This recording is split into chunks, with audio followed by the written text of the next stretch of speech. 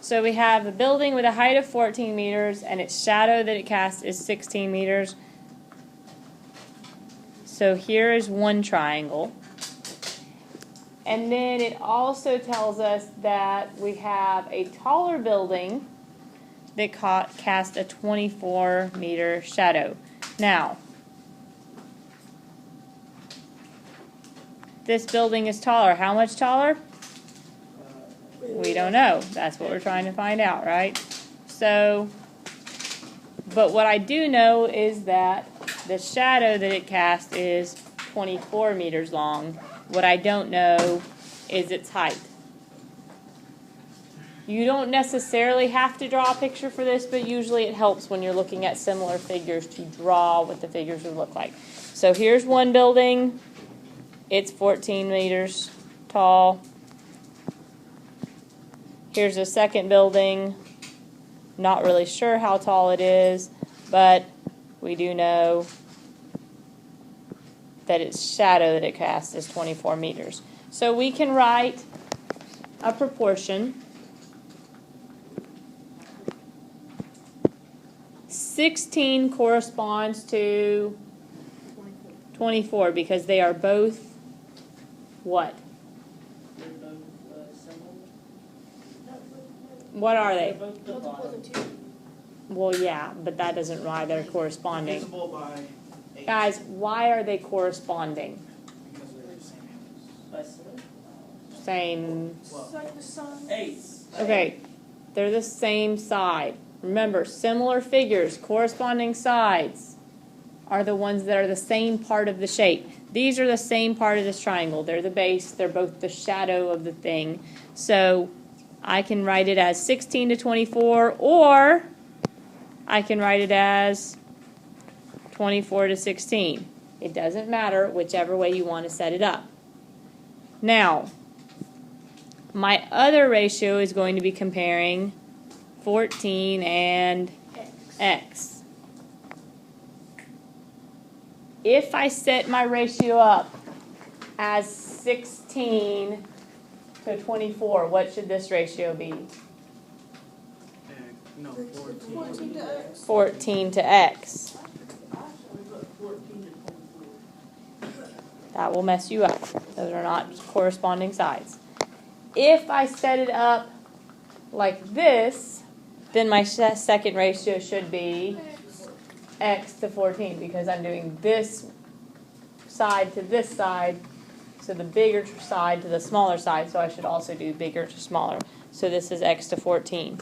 It doesn't matter which way you set it up as long as both are the same. So if I'm comparing the big triangle to the small one, then both ratios should be comparing the big one to the small one. If I'm doing the small one compared to the big one, then both ratios should be the small one compared to the big one. Once I have that set up, though, now I can cross multiply, so I get 24 times 14, which again, if you look down here, would be the exact same thing as I'd multiply in this one, and then divided by 16, which again down here would be the same thing. So either way you set it up, you're going to get 24 times 14, and then you're going to divide that by 16.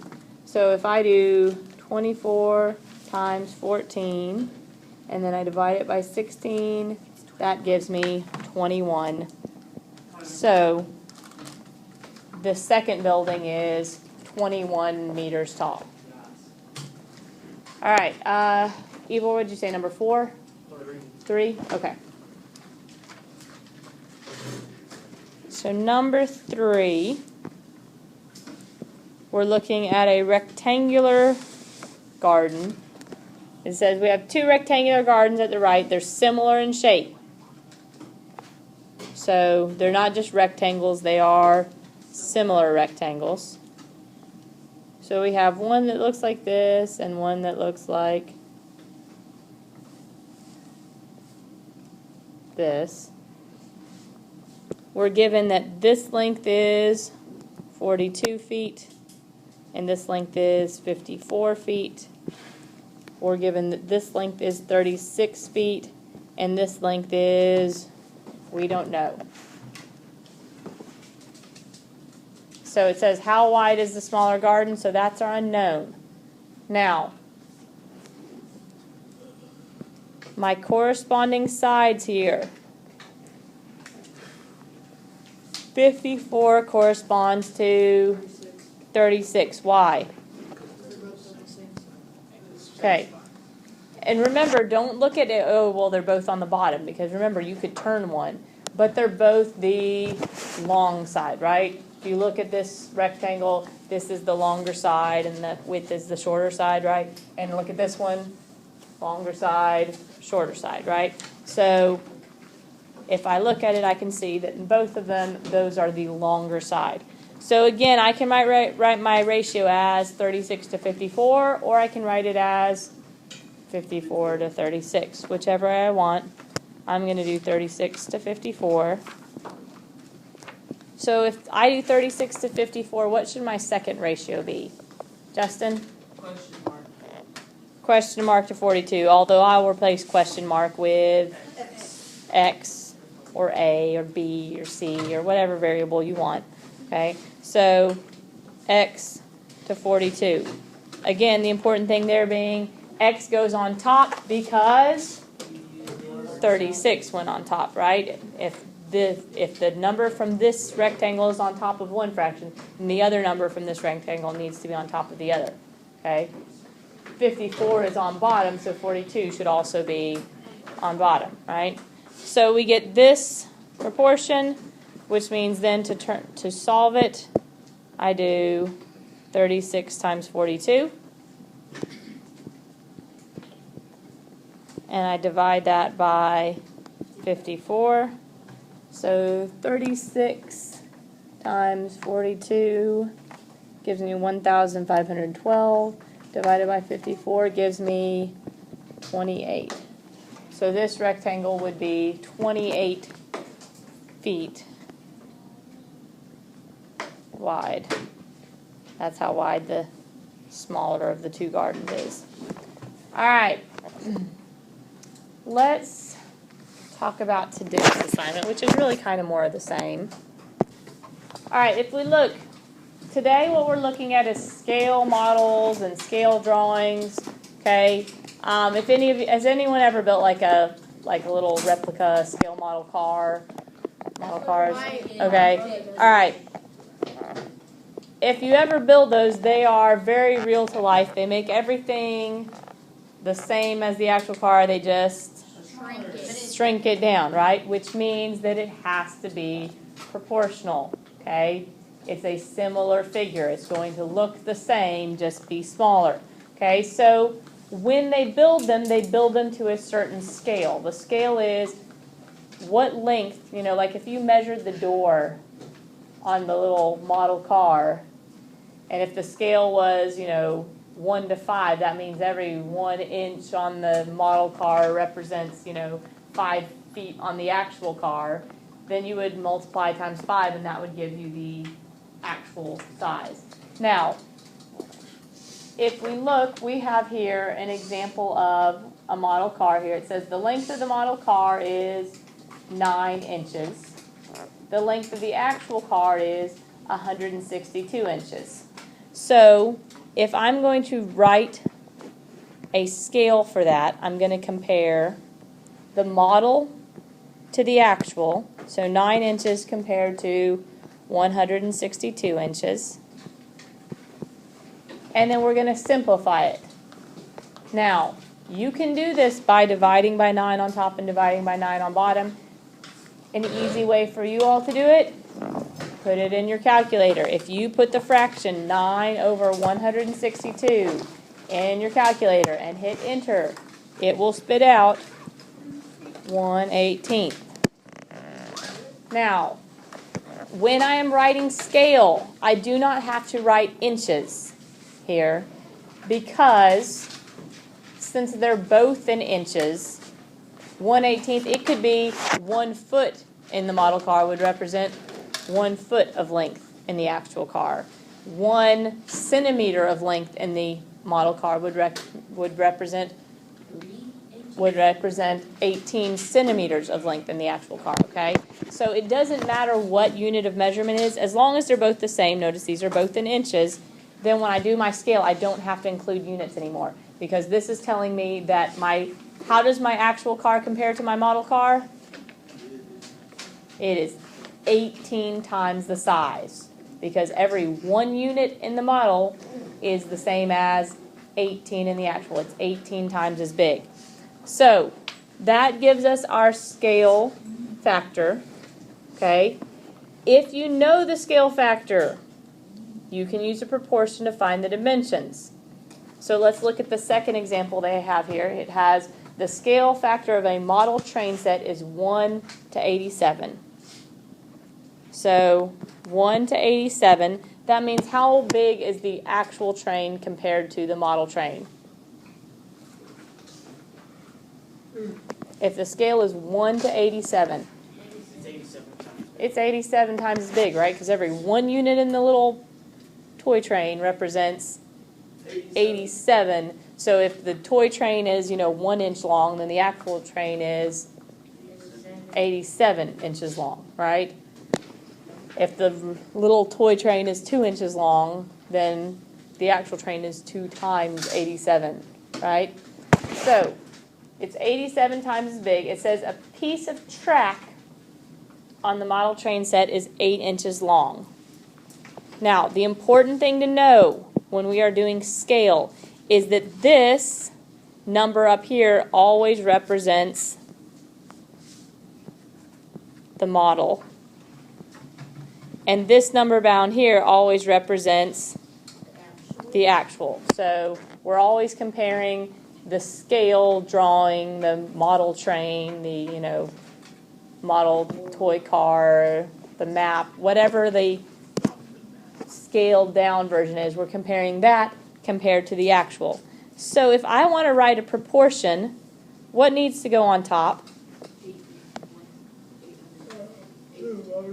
The model. Whatever the length is in the model that we're looking at, that's what goes on top, and what goes on bottom is the actual. Because I can give you 2 kinds of questions with these. This one tells us a piece of track on the model train is 8 inches long. Where does that go? On the top, because it's a length in the model. Okay, so we're going to put the 8 on top because it is the length of the model train track. And then I need to know the actual, so I just put in a variable, and now I can solve for the actual length. So I get the model length is 8, the actual length is x, and that's the same as 1 to 87. And then I can just cross multiply and solve, or you can see a common multiplier. If I know that 1 times 8 is 8, I could do 87 times 8 to get x. You can do it that way, or you can cross multiply 87 times 8 divided by 1. And if we do 87 times 8, that's 696 divided by 1 obviously is still 696. So 696 inches is the length of the actual train. Remember, the units will be the same. So if they give you the units in inches for the train track, the model train track, then your answer is also going to be in inches. Now I could convert that to feet by dividing it by 12, but if I leave it in as 696, that's still in inches. So the actual length of the track is 696 inches. Now, another common example where you'll see this is if you look at maps, and this is something you may have already looked at some. I think we discussed in geography. You've been looking at maps a little bit. And on the bottom of the map, they usually have a map scale, and it tells you that this length on the map represents so much length in real life.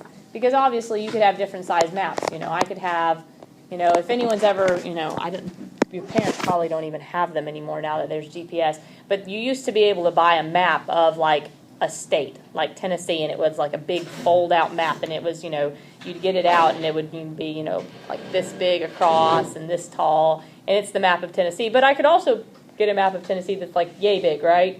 I mean, you can do it different scales, okay? But they're all going to be similar, but they're going to be different scales. Some of them are going to be decreased, by 100 times. Some are going to be decreased by 200 times, and it just depends. So in this case, it says the distance between two cities on a map is 4.5 centimeters.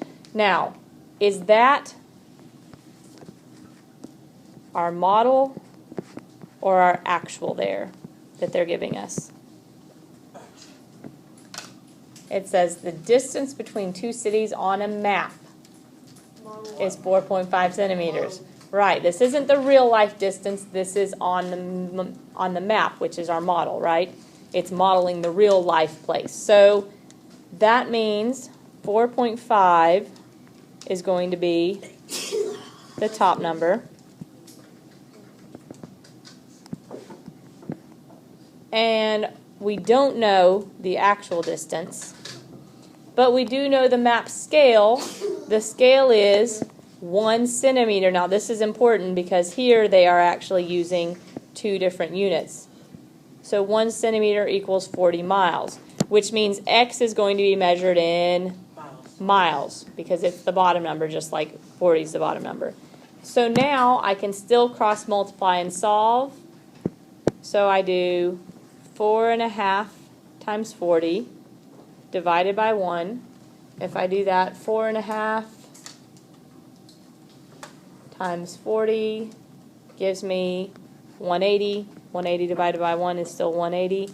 And remember though, since it's the bottom number, that means it's measured in miles. So the actual distance that is represented by the map is 180 miles. All right, so let's look at questions 1 through 4 together really quickly here. All right, so number 1, and if you're not writing this down on the notes that I gave you, you definitely should be. Number 1 says the photograph has a height of 3 inches. The painting has a height of 24. Now, they set up, we want to compare the photo to the painting. And they're kind of helping you along here. So the photo is 3. The painting is 24. So to find the scale, all I need to do is simplify that fraction.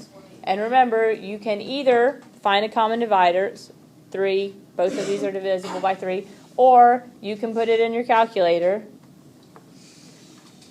as a fraction and hit enter, and it should reduce it for you. So our scale is 1 to 8. And since they're both in inches, you don't have to include units on it. It's not 1 inch to 8 feet. It's 1 inch to 8 inches, so you can just leave it 1 to 8.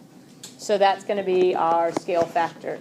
Number 2, we have a butterfly with a wingspan of 20 centimeters and a silk butterfly with a wingspan of 4 centimeters. They tell us we want to compare the silk butterfly to the regular butterfly.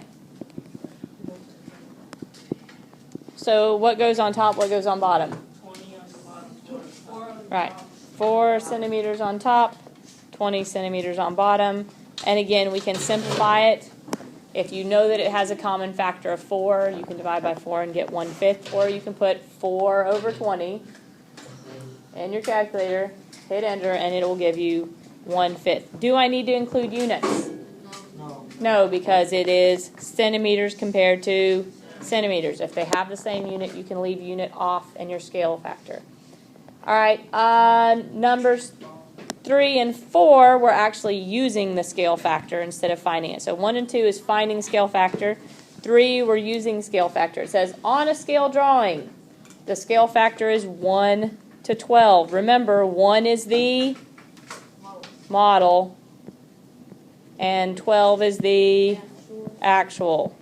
So when I set up my proportion, it also needs to be the model compared to the actual. So it says a plum tree is 7 inches tall on the drawing. Where does 7 inches go? On the top, because it's the model. It's the drawing, right? It's not the real life height of the tree. It's the height of the tree in the drawing. And then it says, what's the actual height of the tree? So I put in an X there. And then I'm going to do 12 times 7 divided by 1. And 12 times 7 does give me 84. And it's going to be 84 what? Inches. Because notice my scale, 1/12, didn't have any units, right?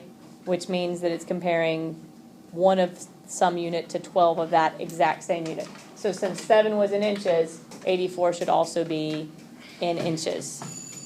All right, hang on, let me finish number 4 really quickly.